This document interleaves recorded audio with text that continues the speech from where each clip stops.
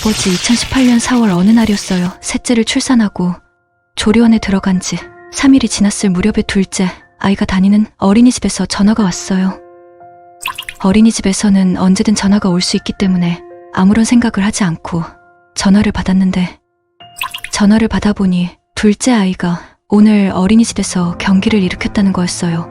평소에 잘 아프지도 않았던 아이였기에 저는 급한 마음에 짐을 싸들고 조리원을 나왔고, 다음날 아이를 데리고 큰 병원으로 가보니 의사 선생님께서는 아이가 소아 뇌전증 증상이 있지만 지속적이면 문제지만 그게 아니라면 큰 문제가 아니라고 해서 일단 집으로 왔는데, 시간이 얼마 지나지 않아서 제 희망은 절망으로 바뀌어갔어요. 시간이 갈수록 아이의 경기는 점점 더 늘어났고, 의사 선생님께서는 이런 아이는 드물다면서 병원에 입원해서 지속적인 경과를 지켜보자고 했어요. 뇌전증이란 병은 소위 말해 간질이라는 병인데, 뇌신경 세포가 일시적으로 이상을 일으켜서 발작 등을 일으켜 뇌 기능을 일시적으로 마비시키는 뇌질환이라고 하는데, 저는 그때 처음 그 병을 알게 되었어요. 그렇게 저와 둘째의 병원 생활이 시작되었고, 시간이 갈수록 저희 기대와는 다르게 아이는 하루에도 20번 가까이 경기를 일으켰고, 투여하는 약물의 개수도 점점 더 늘어만 갔어요. 하나님, 도대체 왜 저희 아이에게 이런 아픔을 주시나요? 저는 주님의 뜻을 이해할 수도 없고 주님이 이해가 가지 않아요.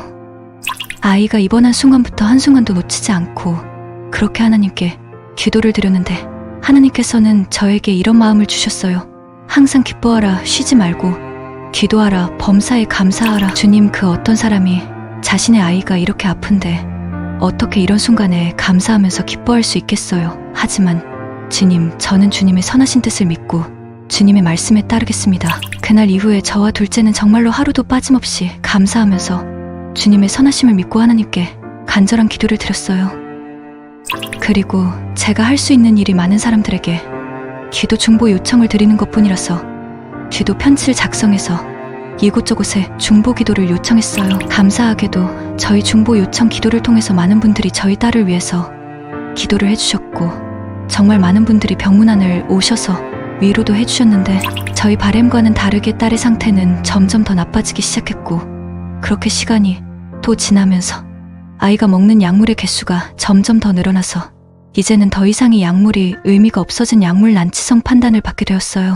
이제는 하루에도 70번 넘게 경기를 일으키는 아이를 보면서 제 마음은 무너져 내렸고 상황은 최악으로 치닫기 시작했어요. 아이가 약물 난치성 판단을 받자 의사 선생님께서는 이제는 마지막 치료 방법인 케톤식 식이요법 방법밖에 없다는 이야기를 저희 부부에게 하셨어요. 케톤식 식이요법 치료 방법은 금식을 통해서 뇌전증을 치유하는 방법인데, 금식을 하는 동안에는 다른 음식은 먹을 수 없고 병원에서 주는 작은 기름 덩어리만 먹어야 하는 치료 방법이었어요. 의사 선생님께서는 사람이 금식을 하게 되면 케톤이란 물질이 나오게 되는데, 그 물질이 아이의 경기를 막아주면서 호전시킬 수 있는 가능성도 있기에 케톤식 식이요법을 추천하셨지만, 케톤식을 시작하면 거의 2년 동안 식이요법 치료를 받아야 한다는데, 어른도 잘할 수 없는 게 금식인데 33개월짜리 아기가 무슨 금식을 할 수 있겠어요. 하지만 주님, 지금 아이가 하루에도 경기를 70번 이상 하고 있기 때문에 저희에겐 다른 방법이 없는 상태였어요. 그렇게 시간은 또 지나갔고, 저희 부부는 다른 방법이 없기에 케톤식 식이요법을 시작하기로 했어요. 그런데 케톤식 식이요법을 시작하려면 먼저 3일을 금식해야 한다고 해서 저는 금식을 시작하기 전에 마지막으로 아이가 좋아하는 떡볶이라도 먹이고 싶어서 주님께 간절한 기도를 드렸었어요. 주님, 이제는 제가 아이가 낫게 해달라는 기도는 하지 않을게요. 그저 주님이 저희 아이를 사랑하고 계신다는 그 사실만을 믿고 살게요.